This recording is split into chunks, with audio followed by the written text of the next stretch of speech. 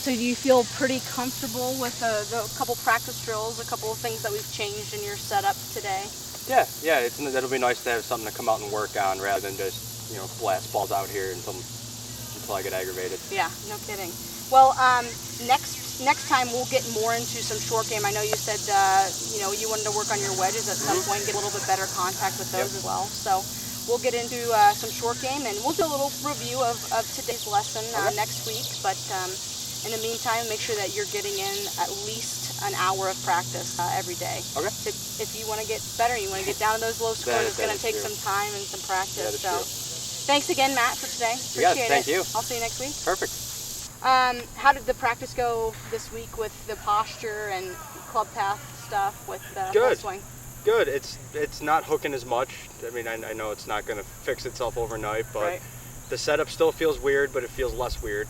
Okay. So I'm getting more and more comfortable with it. That's for sure. I saw you took the impact bag out a couple times and practiced a little bit. Yeah, so that's I good. did. Awesome. Well, what I'll have you do is I'll have you get started with hitting some shots. We'll go out to this about 30-40 yard shot right here, and we'll just watch you hit a few and see how you do, and we'll go from there. Perfect. Sound good? Mm-hmm. Awesome.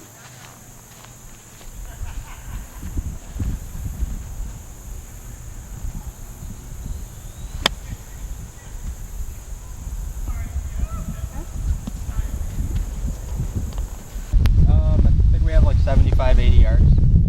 So what I'm going to try to do is keep working on that shallower attack angle that we worked on a couple of the previous lessons. Probably just try to hit it onto the front of the green, because I don't want to go too far past the pin. I know that puck coming back is no fun. So probably I usually don't spin it too much, so probably just going to hit, something mid-height, maybe a little high up there to have it land a little bit softer than usual. Awesome.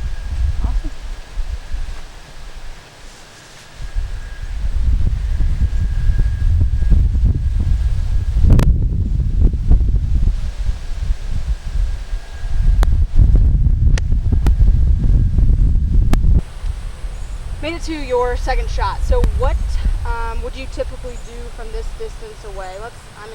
How far do you think this is for you? What is that, about 30 feet? About 30 feet? Okay, so still off the green, you're about, a couple paces off the edge of the green there. What would you typically do for this shot? I would think about putting it, but with it being a little more fringe than I like, probably use that little bump and run shot we've worked on. Right, okay. So with that bump and run, what club do you have with you here today? I brought pitching wedge. Pitching wedge? Okay, perfect.